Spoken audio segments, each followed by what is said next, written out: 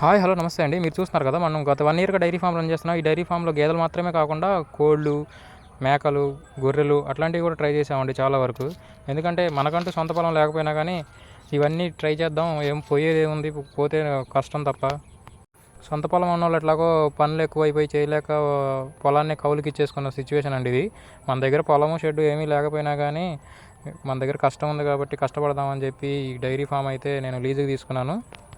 లీజుకి తీసుకున్న తర్వాత కూడా వీటిలో ఫస్ట్గా గేదెలు తెచ్చాను, తర్వాత గొర్రె పిల్లలు తెచ్చానండి. గొర్రె పిల్లలు కూడా బాగానే ఉన్నాయి, ఒక బ్యాచ్ కూడా అమ్మాను, పర్వాలేదు.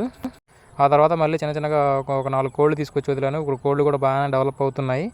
ఎందుకంటే మన దగ్గర పని చేసుకునే సత్తా ఉంది కాబట్టి ఇవన్నీ తెచ్చి పెట్టి చేసుకుంటున్నాము. సొంత పొలం వాళ్ళు అయితే ఎట్లాగో దిగలేరు, ఎందుకంటే వీటిలో ఏదైనా నష్టాలు వస్తే ఉన్న పొలం కూడా అమ్ముకోవాల్సి వచ్చిందని. మన దగ్గర అయితే అమ్ముకోవడానికి ఏం లేదండి, పోతే ఉన్న డబ్బులు కాస్త పోతాయి అంతే తప్ప. సొంతంగా పొలం ఉంటేనే రైతు అవ్వగలం అంటారా?